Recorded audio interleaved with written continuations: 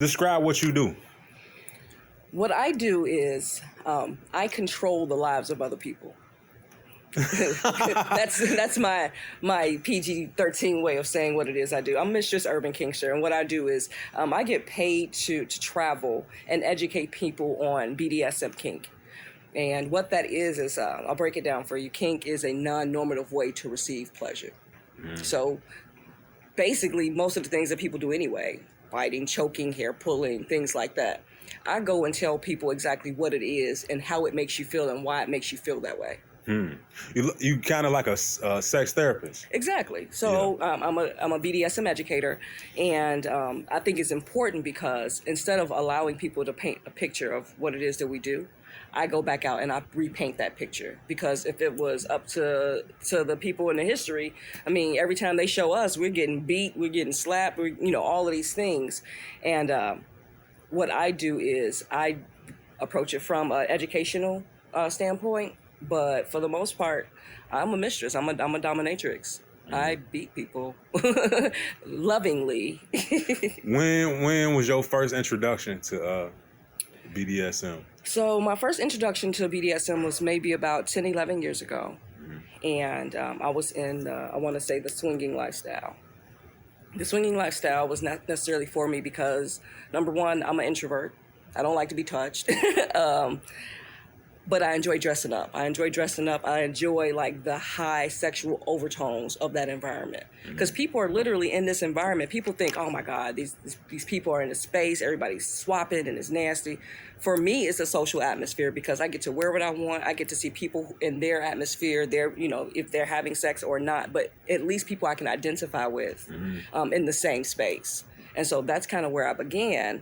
And I realized that swinging wasn't necessarily for me, but I do like that atmosphere. So BDSM was a little bit more interesting for me because it entailed a lot of education and a lot of formalities and consent.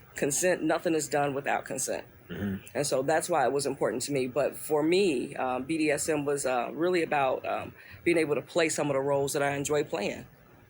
What role, describe it?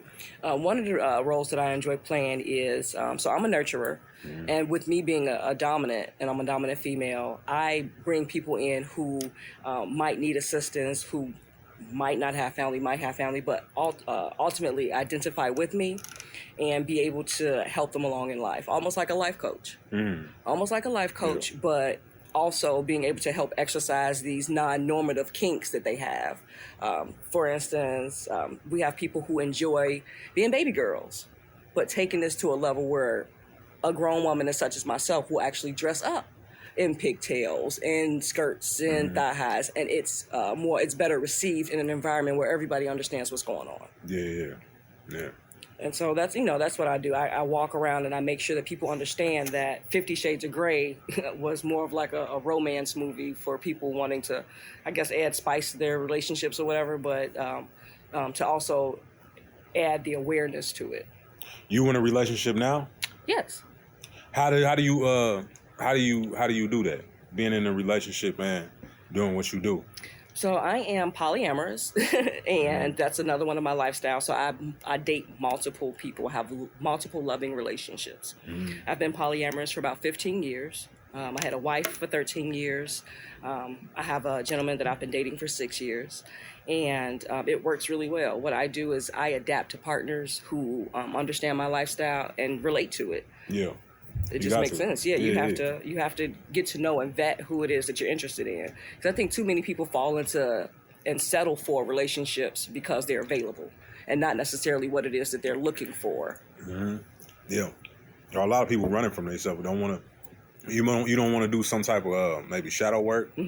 So you're looking for a good distraction, a sexy distraction. Exactly. They're looking for something to just kind of to get away from their lifestyles. And to be honest, I don't encourage entertaining any lifestyle if you don't know who you are. Definitely. Explain why and how you came to that conclusion. In coaching, and so my background is criminal justice and human resources, and I got some some social work in there. Understanding self is important because then you get to understand why it is that you're comfortable and looking for the things that you're looking for. And how better to express what it is that you're looking for to another person when you've already done the research. You've already done, like you said, the shadow work. You've already done the development to understand, who you are and be comfortable with that. Again, I tell people, you shouldn't be doing anything that you are ashamed to do. Right. Period. So if you're comfortable with yourself, you know how you receive love, you know how, what it is that you're interested in, and you can articulate that, then, by all means go for it. But if you're just out here dabbling and trying to experience things, then you can get yourself in a world of trouble. Yeah. Absolutely, because people will take advantage of that in any lifestyle. So what did you do to get to that point where you got to know yourself? What was that journey like? For me, I knew myself early.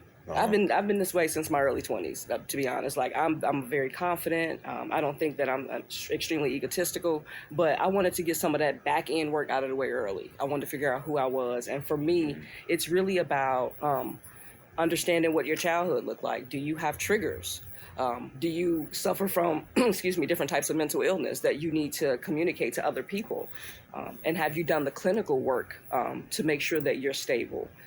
Making sure that you're stable financially. I mean, going out partying and participating in all these things, like I tell people, you shouldn't even be dating if you ain't got no money. Right. How you dating if you ain't got no money? You bringing somebody into your poverty, man. Nobody want to experience you at that level, really. You really don't want to experience you at that level. So it's like a lot of people running away from themselves with these relationships, man. It's exactly. like, but you ain't gonna be able to escape it, because once that person is hip to what you're doing, they gonna leave, and it's going to be a cycle. It's going to be what you're doing is you're spilling your toxicity on people who actually might be good for you, but you're just not ready to deal with that individual because you haven't done the self-work. Yeah. And so you're basically creating a trail of toxicity. So by the time you've done your work, nobody trusts you. Nobody wants to be around you. Everybody's kind of looking at you sideways. Yeah. So, I tell people, everybody wants to feel loved. Everybody wants to be wanted. But stop and think for a moment. Have you really done the self-work to bring somebody into your space? Yeah. I done heard somebody say, do you deserve what you even want? Can you handle what it is that you want? Yeah. That's a reason. That's another reason why you might not have what you think you want. Exactly. You can't even handle it. That's interesting.